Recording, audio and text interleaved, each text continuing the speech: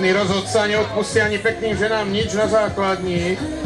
No a tak to má byť, všetko musí byť fair play, všetko musí byť v poriadku podľa pravidiel. Opatová, všetci asi vieme, že je to Okr, TN, Trenčín, či nie? Asi áno.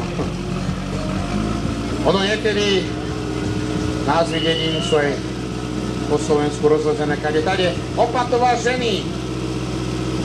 To prvé ženské družstvo z tej štvorky ženských družstiev.